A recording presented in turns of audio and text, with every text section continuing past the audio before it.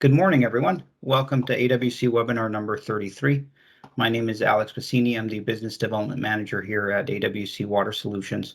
Today, we're joined by Andy Boal. Good morning, Andy. Good morning, Alex. Thank you for the invitation to be here today. Oh, absolutely. This is going to be great. So today we're covering on-site chlorine generation. I have seen the OSCG. I've also seen the on-site sodium chloride generation, or hypochlorite generation. So I have seen some of the acronyms in there a few times. So I'm not going to try to learn all the acronyms. I'll leave that to you. And I know that you're going to cover that all. We at AWC, we don't actually do on-site chlorine generation unless it's actually spec'd into a very specific plants. But this is something that has come up quite a few times in the industry as to why not, if we can generate it on site without having to do any kind of dilution or bringing in and transporting it. This is always a pretty good alternative. So with that, we're going to get going. Quick little summary on the AWC Webinar Series. We've been going through a lot of these. We've got some more in the works. Right now we're at number 33. That's highlighted there. And Rachel, thank you very much. She put in the YouTube channel there in the chat box. So if anybody missed any of them or wants to go and take a look at some of these as a review, you're welcome to do so. Some of these are pretty interesting, and we keep posting these once a week. The short background on AWC, we've been around for 40 years. We design and build water and wastewater treatment plants. We have close to 600 packaged plants now worldwide. We divide everything into packaged plants for potable, wastewater, and skid-mounted systems. So this kind of ties into how we're going to be looking at chlorine generation and where we can use it for disinfection residual in some of these projects. So with that, I will bring it over to on-site chlorine generation, and Andy, take it away. Great, thanks, Alex. I'm going to turn my camera on, and then let me just get the right window open here. There we go. Can everybody see? Can you see the presentation, Alex? Yes, we can. Great. Okay. So yeah, like Alex mentioned, the topic today is going to be on on-site chlorine generation, and you're right, there are a bunch of different acronyms. The one that DeNora typically uses is OSHG. So you'll see that one throughout this presentation, but they all kind of essentially mean the same thing at the end of the day.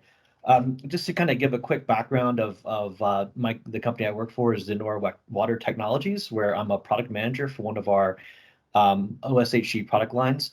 So DeNora, we are about 100-year-old company, just a couple of years shy of that century mark, headquartered in Milan in Italy, although we have production factories and team members throughout the world. We really are specialty, our specialty is in terms of water technology, development, and delivering these technological solutions to the water treatment market on a global basis. So a lot of our products do fall under the kind of electrochlorination side of things, but we do filtration as well as we actually just acquired a UV business as well that's not on this graph. But to jump to the topic at hand, so on-site hypochlorite generation, or OSHG. So basically what this is it's about the technology is, I think it was in the 1800s when it was first kind of developed. And it's essentially very simple, right? We combine water, salt, and electricity to produce sodium hypochlorite. This is essentially the same process that's used in chlor-alkali plants that are basically where bulk hypochlorite or commercial bleach-based products like Clorox come from. It's all essentially the same thing, and you can kind of think of on-site or OSHG as basically having your own miniature chemical factory at the point of use. It really kind of gives the idea behind it is kind of give that control of your basically your supply chain more in the hands of the actual operators of the technology. So there's a couple different process benefits that are associated with this technology that we like to think about, and those are, like I mentioned, improved supply chain stability. We've really seen that kind of happen over the last, obviously the last couple of years as everybody's been trying to adapt to the pandemic environment, where bulk hypochlorite plants may be shut down due to people getting sick, that sort of thing. Obviously that's going to go away, and those disruptions will be less common. But it still gives operators the ability to kind of control that, especially in locations where you have to have an extended supply of different chemicals on hand by regulatory compliance requirements. There's a decrease in the chemical cost. So, clearly there's generally a capital expense associated with this equipment, but the production costs are much lower than what you would have to spend to actually purchase the bulk hypochlorite. So, depends, there's a lot of factors involved, but we typically see an ROI in the 1 to 3 year time frame in the municipal world.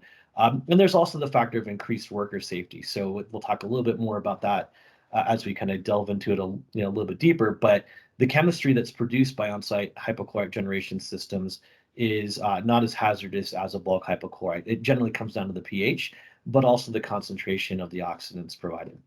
So just a quick chemistry lesson. I promise this will not be on the quiz at the end of this webinar. But basically, there's really kind of two primary electrochemical reactions that are occurring inside of any on-site hypochlorite generator. So they kind of think of it as there's two main electrodes, right? There's the anode, which is where the positive side of the cell is, and the cathode, which is the negative side. On the anodic side, the primary reaction that's of interest, to basically this technology is the oxidation of chloride ions, which produce molecular chlorine, as well as releasing a couple of electrons.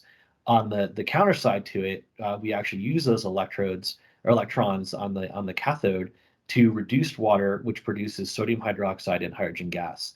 And then there are additional chemical reactions which can occur, like the dissolution of molecular chlorine to produce hypochlorous acid, and then the eventual the equilibrium of that acid to its conjugate base, the hypochlorite ion, which is the ultimate product for most OSHG systems. But to kind of get into that a little bit more detail, when you look at these, there's kind of two ways you can build an electrochemical cell for this process, and you can either have what we kind of generally call an undivided cell or a divided cell. Now, an undivided cell basically has your primary anode and your primary cathode, along with usually there's several intermediate electrodes as well to improve the efficiency of the device. But the important part is all the chemistry that's occurring on either electrode is essentially combined within that cell compartment to produce a single product. This is going to be the most common type of on-site hypochlorite generation that you're going to encounter in the marketplace. And these systems will produce a sodium hypochlorite solution generally at a relatively mild pH, so it's usually between 8 and 9. And then the concentration chloride or chlorine, free chlorine produced by this is usually less than 1%. So you can kind of compare that to a bulk hypochlorite solution, which on the industrial side is pH is greater than 13, so it's a caustic material, and the concentration of the chlorine in those solutions is somewhere around the 12.5% is the most common version. The other type of cell that's out there, and this is not going to be common in municipal, but you will see this oftentimes in the food and beverage industries, and that's a divided cell. And what this does is it actually kind of more accurately replicates what happens in a chlor-alkali plant, in that the anode and the cathode are in the same cell, but there's an ion permeable membrane that separates those two. So what that does is it kind of chemically isolates the two different sides of the electrode, and it allows the system to produce two different product streams. One of them is coming from that anode side, and it's a very low pH hypochlorous acid. So usually it's a pH 2, 2 to 3 type of a range, with a chlorine concentration usually in the several hundreds of ppm. And then the second side, the cathodic compartment, produces a high pH sodium hydroxide solution. And then, like I said, this is most commonly seen in food and beverage applications, where some operators can find value in terms of you can use the hydroxide cathodic stream as like a cleaner, simultaneously while taking your chlorine stream as the disinfectant for the process. That being said, there are places where that type of a cell does exist for municipal applications. So another way to kind of think about these systems and where you might find them in the real world is to break it down by salt source. So the way that DeNora looks at this is we separate out what we call brine electrochlorination systems from saltwater or SWEC systems. On the SWEC side, that's basically where you're taking salt water and just electrolyzing it directly. So that process will generate a pH, not pH, but a chlorine solution that's about 0.2% in chlorine content. And this is primarily deployed in industrial applications, both in the nearshore environment as well as offshore. Like, so think about oil platforms, sometimes large vessels. On the nearshore side, think about power plants, that sort of thing, that would require significant amounts of chlorine to operate properly. On the brine electrochlorination side, it kind of breaks down into three main categories. And again, at that top there, that low strength hypochlorous acid and caustic stream, that's your membrane divided cell. And again, mainly for industrial applications. The center one on that top bracket, those are the most common. That's like probably 90% of the OSHGs you're going to find out in the world. And that's going to produce a moderate strength hypochlorite solution between that kind of 0.4 and 0.8% range in concentration. And that's where you're going to see mostly municipal and industrial applications. So drinking water, wastewater, cooling towers, that sort of thing. There are less commonly, you can make on-site generators that use brine electrochlorination to produce high-strength hypochlorite, as well as chlorine gas. These are, like I said, less common and generally at very large installations. So places that need a significant amount of chlorine to operate. So when you encounter one of these in the field, this is kind of the process flow diagram that you can expect to see. So in the top left-hand side there is where your process water to the system comes into place. Initially, there's some level of pretreatment. So in this diagram, we've got a filter and a softener. Talk a little bit more about why the softener is important later. And then, sometimes it does require additional treatment, like a green sand filter.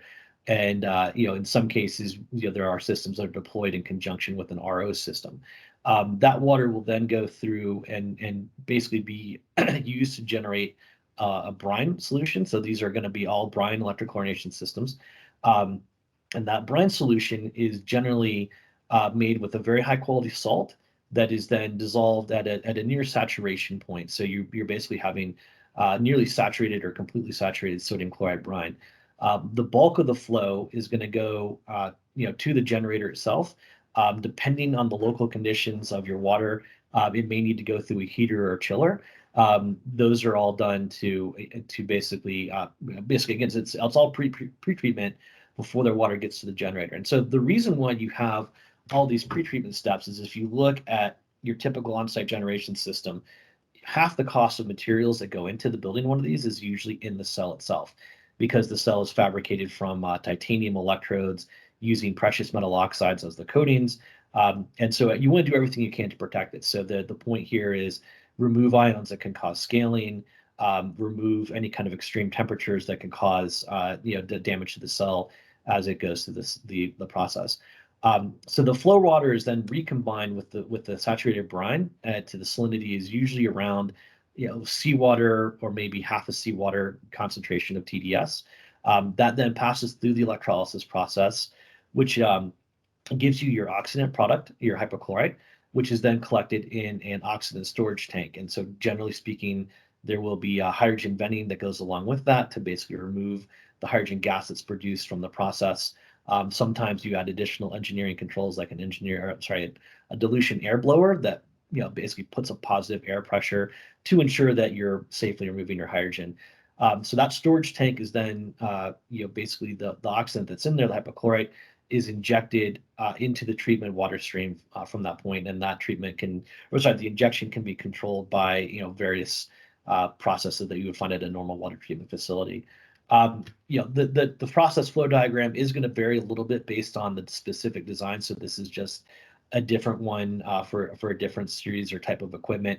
But you'll see a lot of the main different treatment steps are in place. They make your brine, you have your water softener, you have your injection pumps, you have temperature control, you have hydrogen mitigation, and then you have oxidant storage followed by oxidant injection.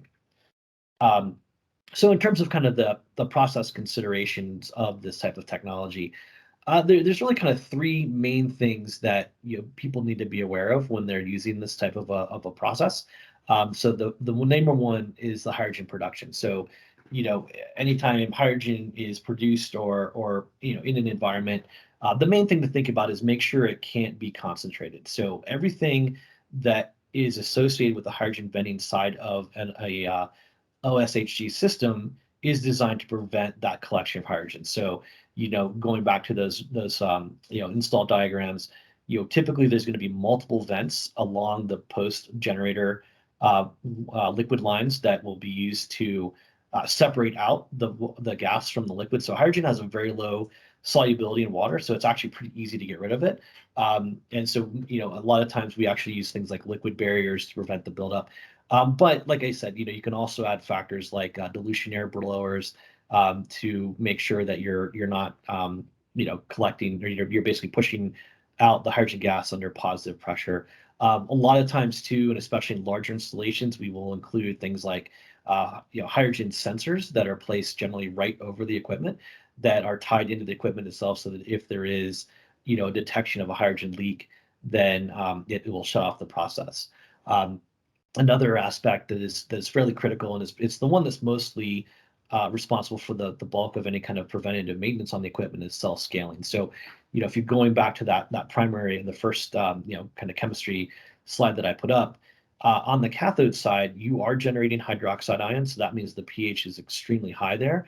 What that does is that if there's any calcium or magnesium present in the water that's being used for the process, or the brine that's being used for the process, that will precipitate out on the electrodes as a calcium or magnesium-based scale. And that scale can actually deposit in other places within the cell, as well as in downstream components of the cell. So, for example, you can scale up valves and that sort of thing. We really kind of focus on trying to make sure that the calcium magnesium don't get into the cell. That's why we have things like the softeners at the front end that remove any calcium magnesium, or not all of it, right, but most of it. And it also ties into the requirements of using relatively high quality salt. Different systems will have different specifications in that regard, because some systems, it all depends on the electrode design, are more sensitive to scaling than others. So, one thing, then that's always going to be spelled out very clearly in the manufacturer's, the specifications for the equipment. Dealing with it is actually a pretty straightforward process. We just use basically what we call an acid cleaning, and this is where you essentially, drain the system out and then isolate the cell and then flush in acid through it. The most common one uses muriatic acid. So this is probably the only place where you're going to have exposure to a hazardous chemistry.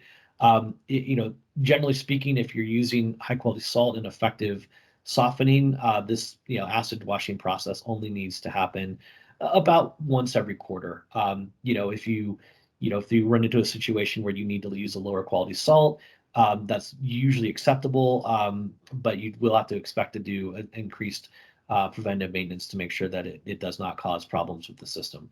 And then the final kind of main consideration is chlorate. So this is becoming a bigger and bigger issue as more and more countries globally have identified and are starting to identify chlorate as a health risk, and are starting to implement restrictions or limitations on how much of that chemical can be present in water that's been treated with chlorine. So, chlorate, in terms of disinfection byproduct, can either come from the degradation of bulk hypochlorite solutions, or it can come, if you're using on-site hypochlorite generation, as a undesirable byproduct of the oxidation process. And so this is, basically, if you go back to that cell diagram, hypochlorite or hypochlorous acid, once produced, can actually be further oxidized by the cell to produce that chloride ion. So, this is something that pretty much every manufacturer is aware of, and we're all engaged in some significant R&D efforts in terms of trying to understand how that process happens,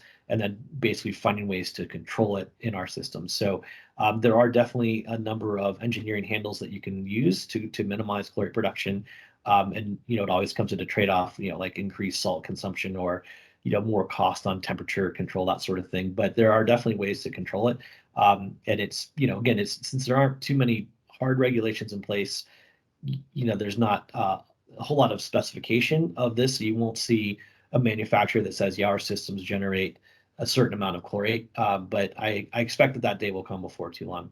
And Alex, I think that's the end of my slides. So you want to take it back over? Oh, excellent. Yes, thank you. Let me come over and share my slide here real quick.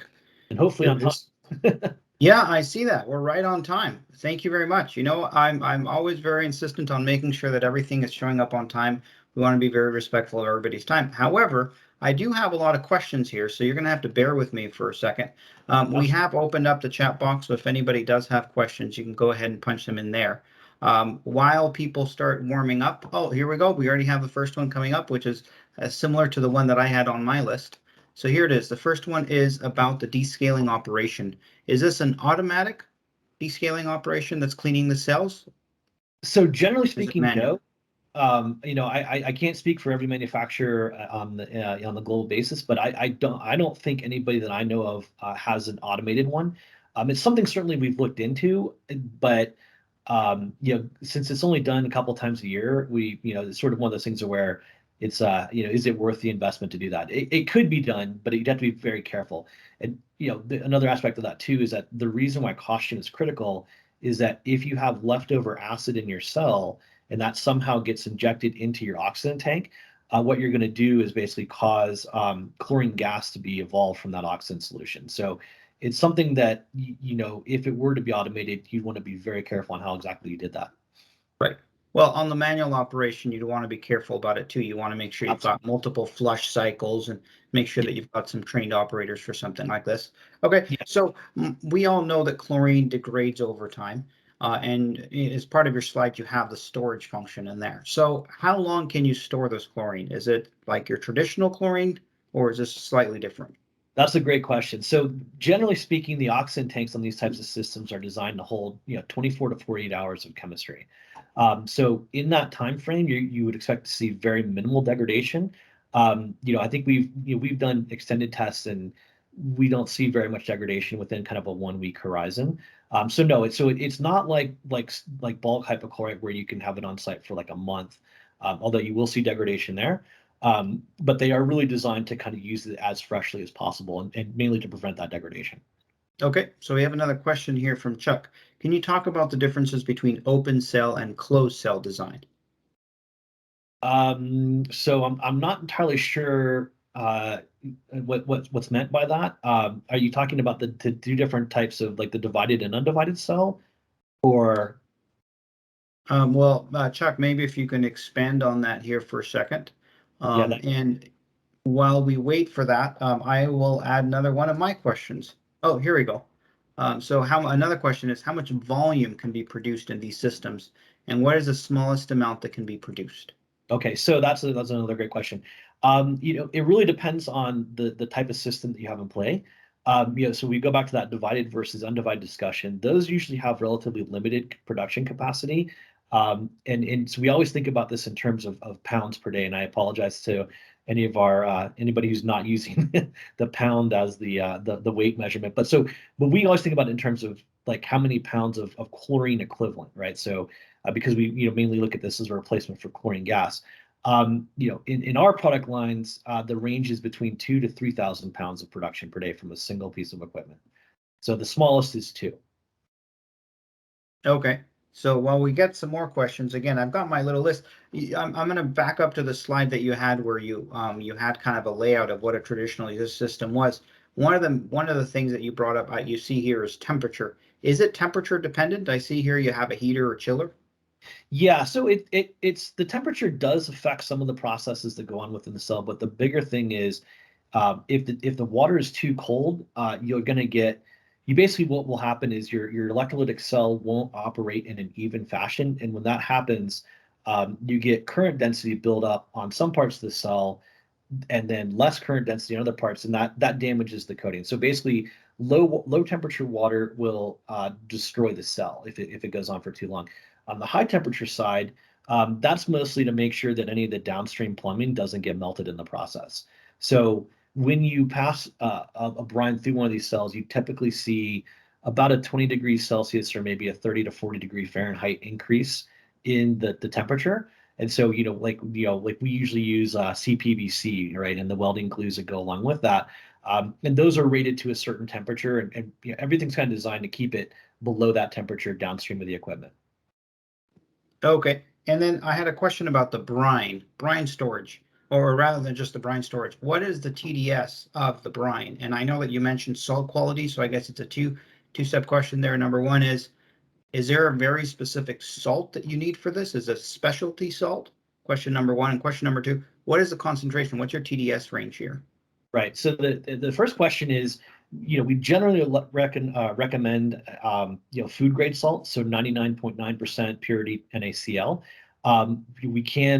Some products can also use softener salts. All of it does need to be NSF certified when used at least in the US for drinking water applications.